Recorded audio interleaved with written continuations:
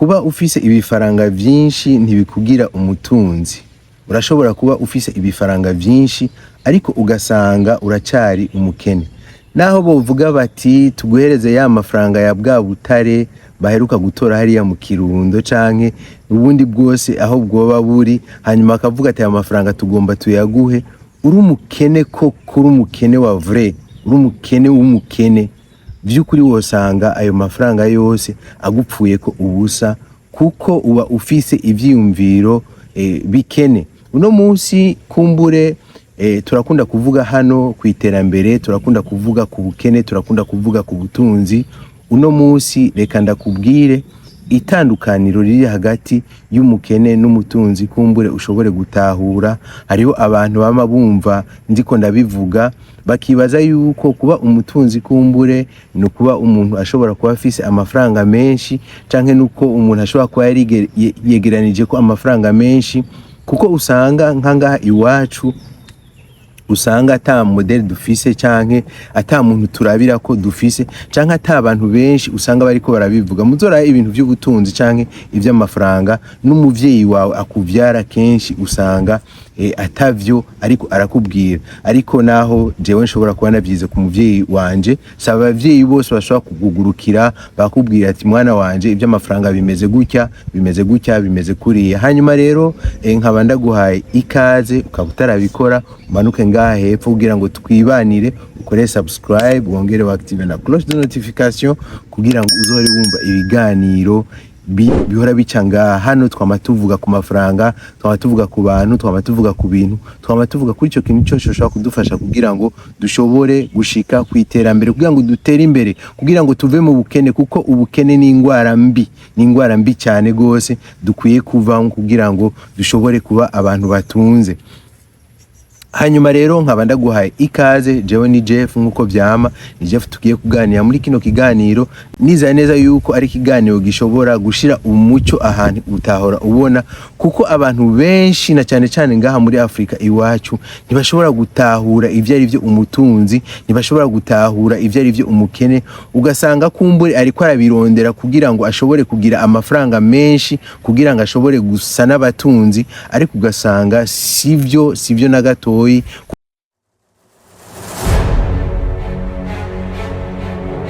Mpere kuki rero sinzi yuko nohera ku mutunzi canke nohera ku mukene, ariko reka kubera duhere hasi hama dutere tuduga, reka duhere ku mukene. Kubisanzwe abakene bari ubwoko butatu. Hariho umukene ruhebwa.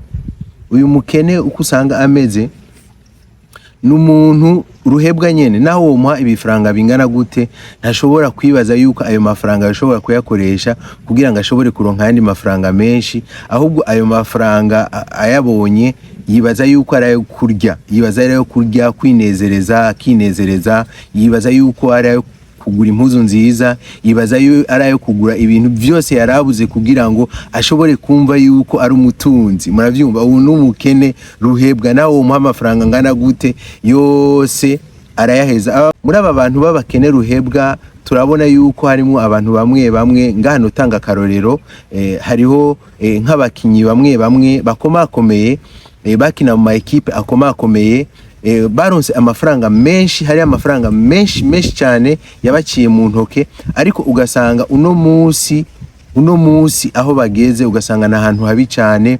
Uno munsi bageze kumbure mu zabukuru, bariko barasaza, kumbure ni ba sogokuru barafise abuzukuru, ugasanga uno munsi n'abantu bateye ikigongwe. Uno munsi ugasanga basubiye kugenda gusaba, kandi mu myaka yahera bari bafise amafaranga menshi. Ibi si kuvuga abakinyi b'umupira gusa, hariho igihe umuntu ashobora kugwa ku amafaranga akamugwako, akaronka nk'ikintu kimuha amafaranga menshi, ariko ugasanga kubera atamenyereye kujera amafaranga menshi, kubera ata amafaranga menshi yirirwa araca mu ntoke iwiwe, ugasanga vy'ukuri ya mafaranga yiwe yose amuca mu ntoke ayahaye abandi bantu.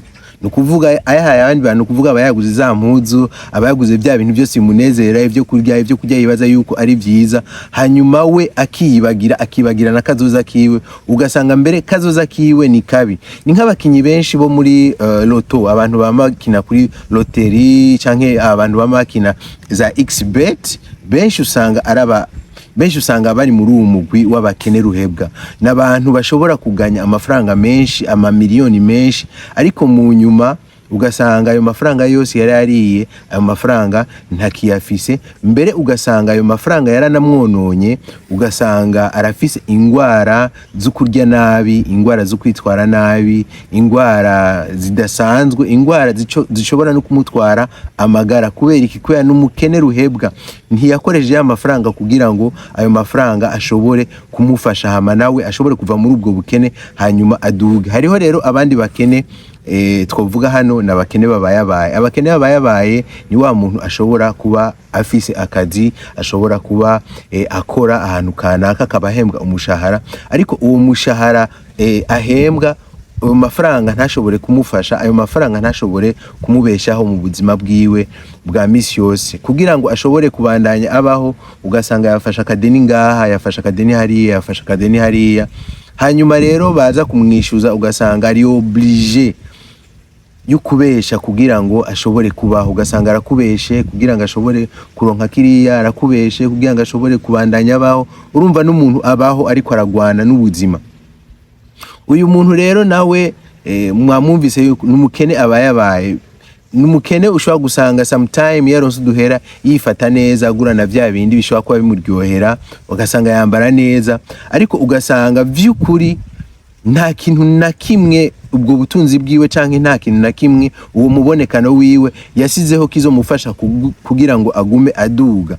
Hariho rero n'undi mukene yifashe. Umukene yifashe novuga yuko ari umukene ashobora kuronka amafaranga aronka aramufasha kugira consommation, aramufasha kubaho, hanyuma akongera akamufasha kugura ivyo yishakiye byo kugira ngo yinezereze, akamufasha no kugira épargne nkeye. Umukene yifashe épargne abagize ni kugira ngo hirya y'ejo niyaronka ingorane kanaka ace yikora kuri ya mafaranga kugira ngo ashobore kugura nk'imodoka, ashobore kugura nk'inzu, ashobore kugura nk'ikintu cyose yumva yuko yoshobora kuba akeneye. Uranga hembwa no kuvuga yuko amukwira, nta kibazo aramukwira, akamurisha, akamupangira nk'inzu ashobora kuba apanze, canke arashobora kuba ari mu nzu iwiwe, hanyuma akongera akanayabikamo. No kuvuga aya mafaranga ayababitsemwo wewe yiyumvira yuko aya mafaranga ababitsemwo azomufasha mu gihe kibi, dans les mauvais moments, dans les mauvais temps. Yo kwaduka nk'ingorane akagwara, aya mafaranga ashobora kuzomufasha kugira ngo ayabika kugira ngo azomufashe nko kwivuza. Muravyumvise n'ubwo bwoko bw'abakene batatu. Mwavyumvise yuko hariho ubwoko butatu bw'abakene. Ubu rero tugomba tuje ku mutunzi nawe. Umutunzi turahera ku mutunzi agitanguye atacararonka. Umutunzi agitanguye atacararonka ni wa muntu aba ariko ariga uko abatunzi babayeho. Sinzi yuko mutahura kwiga abatunzi uko babayeho kugira ngo nawe uzobe nk'umutunzi ejo, uba wamaze kuba umutunzi, kubera uba wamaze kugira ya mindset, bwa bwenge bw'abatunzi, hanyuma gutyo bwa bwenge par la convertibilité, vya bindi wize, vya bindi wishiramwo by'abatunzi canke bwa bwenge washira muri wewe bw'abatunzi ukuntu babayeho, uzosanga mu misi izoza wamaze gushika kugira ya ma system abatunzi baba bafise. Aha nukuvuga yuko uyu muntu mba ndiko ndavuga arashobora kuba avuye muri ya maklasi yose twavuga y'abakene, muga akabona ati ibi bintu ndiko ndabamo vraiment ntibikwiye, hama gatangura kwibaza ibibazo, none ati naka yabigenjeje gute kugira ngo ashobore gushika hajya ashitse, uriya yabigenjeje gute kugira ngo ashobore gushika hajya ashitse. Hama nawe amaze kwibaza ivyo bibazo, niyo ntango yo kugira ngo ashobore kuduga, ashobore kuva muri ubu bukene, ashobore kuva muri abantu batatu batandukanye, nawe ashobore kuduga, ashobore kuba umutunzi akomeye cyane mu misi izoza. No kuvuga yuko n'umutunzi wo muri kazoza. Hariho rero umutunzi nyawe. Umutunzi nyawe rero tugiye kuvuga ngaha, umutunzi nyawe nawe n'umuntu aba afise ama system. No kuvuga kumbure wa muntu ashobora kuba akiduze agishitse ku butunzi, akaba yarakoze system imwe imuzanira amafaranga. Arashobora kuba ari business imuzanira amafaranga uko bukeye uko bwije, hanyuma arashobora kuvuga ati rero iyi business ntangweye gukora, reka nanje nkore system. Hanyuma akavuga ati wa muntu hariho umuntu yavuze ngo il ne faut pas mettre les œufs dans le même panier, les œufs dans le même panier. Nukuvuga yuko abatunzi bakora system, nukuvuga amaze kwegeranya ayandi mafaranga yo gutangura iyindi business, acha yugura iyindi business, akugura iyindi business, akugura iyindi business, akugura iyindi business hariya, ugasanga afise ibintu, afise ama business menshi ashobora kumuzanira amafaranga. Nukuvuga yuko amaze gufita ama business menshi amuzanira amafaranga, aba yaramaze kubaka ico no kwita system. Iyo system iramuzanira amafaranga naho aba asinziriye. Ubu mutunzi rero amaze gushika kuri urugwego, ntibisaba yuko ategezwa gutonda mu gitondo hariya ku kazi kiwe canke muri business yiwe. Abafise abantu bashobora kuba bamufasha kugira ngo bashobore kumurabira ayo ma business yiwe. Nukuvuga aradelega, nukuvuga arabwira umuntu ati wewe ngirira comptabilité, nawe ngirira iki, nawe ngirira iki, nawe ngirira kiriya. Nukuvuga wewe arashobora kuba ari mu karuhuko hanze y'igihugu, ariko amafaranga akaba ariko arinjira. Wewe arashobora kuba aryamye aruhutse, ariko amafaranga akaba ariko arinjira kuri konti. Kandi ashobora kuba ariko arabikurikira kuko mwumva yashyizeho ama system, ashobora kuba ariko arabikurikira. Murabizi yuko muri no misi batuzaniye internet nayo murabizi yuko ari ikintu cyoroshe cyane gose gukoresha, ari ikintu naho woba wagiye hariya ushobora kwiconnecta ukaraba ibiko birabera mu biro iwawe. Muri no misi yaraje n'ama technology ya camera de surveillance. Kumbure urashobora kuba ufise bidandazo ukavuga ati, urashobora kuba ufise magaze kanaka, hanyuma ukavuga ati ndakeneye kuraba magaze ukuntu biriko biragenda, ukoresha za wiconnecta kuri za camera de surveillance zawe ukaraba ukuntu vyagenze umunsi wose. Nukuvuga yuko ubirabisurveya à distance.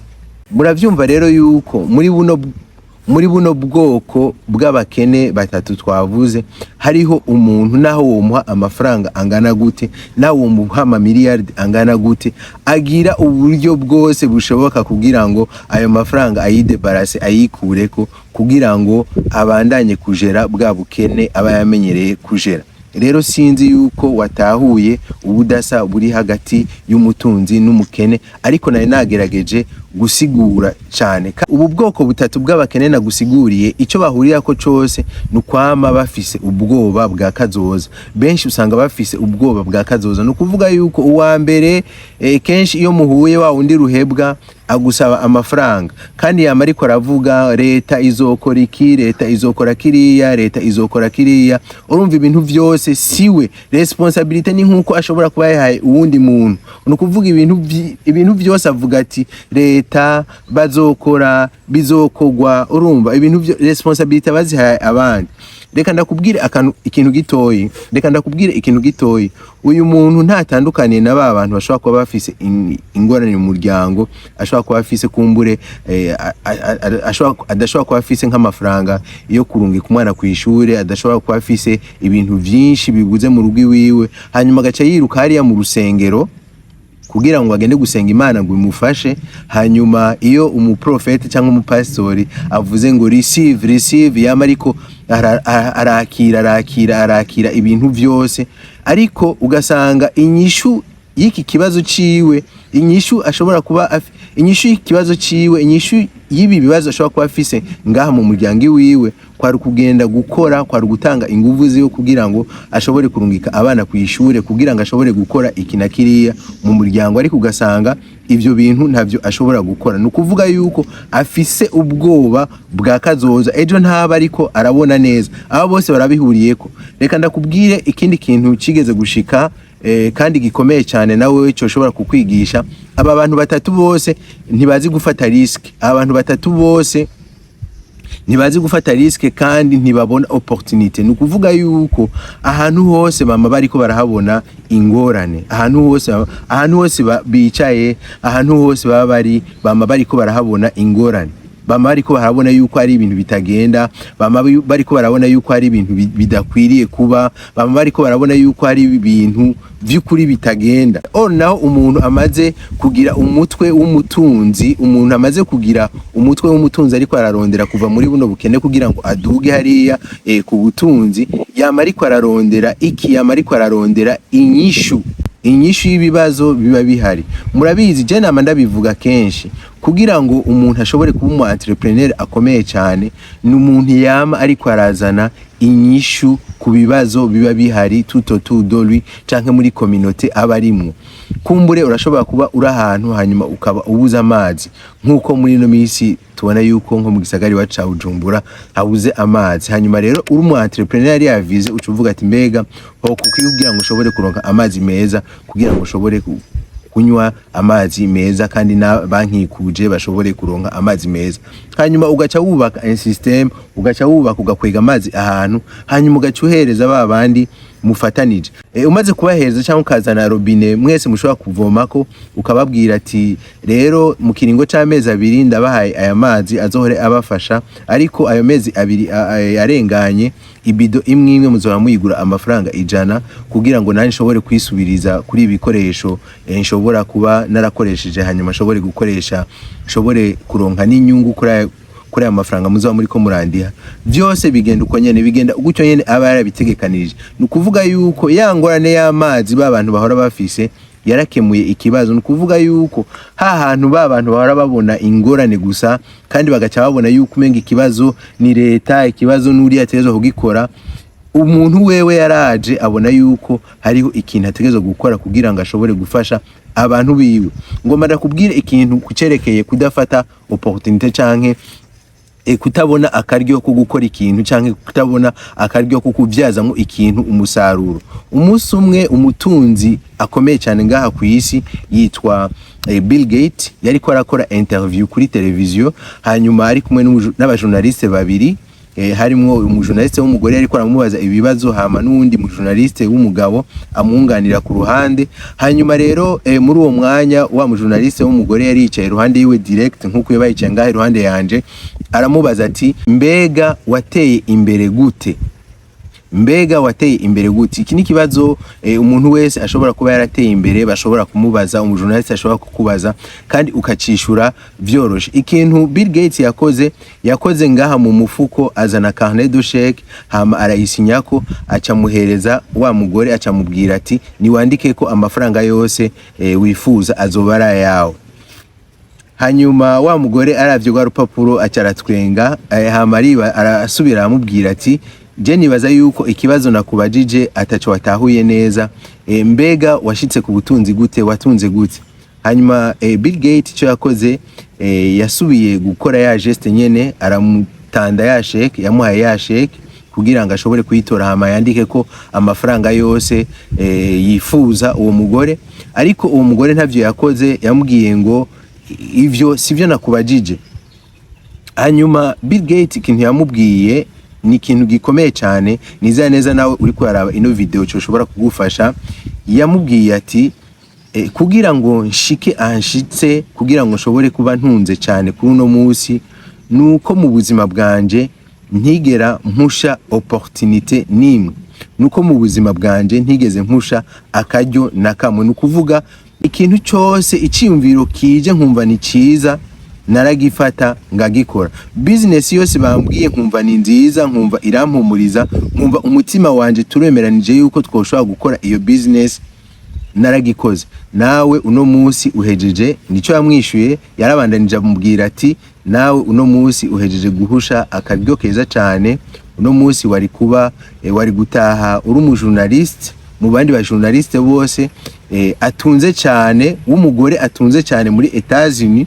Ariko uno munsi kubera utashoboye, kubera udashobora gufata opportunité, cyangwa kubera udashobora gufata akaryo kakujeko, kubera utazi gufata akaryo kakujeko, cyangwa kubera utazi gufata opportunité ikujeko, uno munsi urataha uko waje, urabandanya uhembwa wa mushahara wawe wahora uhembwa.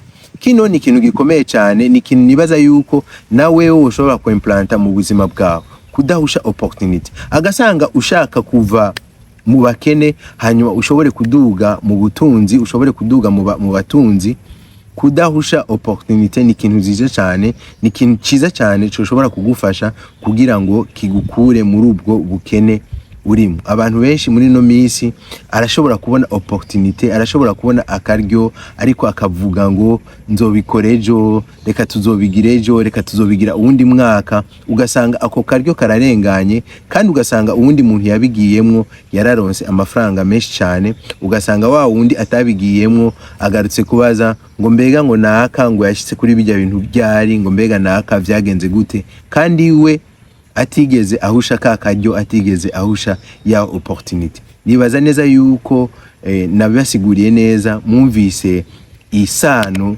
mwumvise ubudasa buri hagati y'umutunzi, mwumvise ubudasa buri hagati y'umutunzi n'umukene. Hanyuma nkaba ndabashimiye cyane kubona mwadukurikiranye gushika hano ino video ishitse. Ndabishimiye cyane, mubandanye mugira subscribe, hanyuma nivyashoboka nivyagukundira ukumva ino video irakuryoheye, gira share n'abandi bagenzi bumve ino video, bumve ico twayivuze ko, kugira ngo nabo bashobore kuguruka mu mutwe, kugira ngo nabo bashobore kumva ivyiyumviro vyugurutse, kumbure nabo boshobora kuva aho bari hama bakaduga, bakashobora kuba abantu bakomeye cyane, bagashobora kuba abatunzi, kandi zaneza yuko byo bafasha, byo gufasha nabo byo bafasha, kuko iyo wungutse umuntu nk'uyo ni ikintu cyiteka, ni ikintu kiryoshe cyane. Hanyuma reka tuzosubire mu yindi video aho tuzoba turiko turavuga kuri model y'umutunzi, kuri model y'umuntu ushobora gufatira ko kugira ngo nawe ushobore gushika ku muntu akomeye cyane, kugira ngo nawe ushobore gushika kukuba umutunzi. God bless you. Let me see you in the next video. Bye.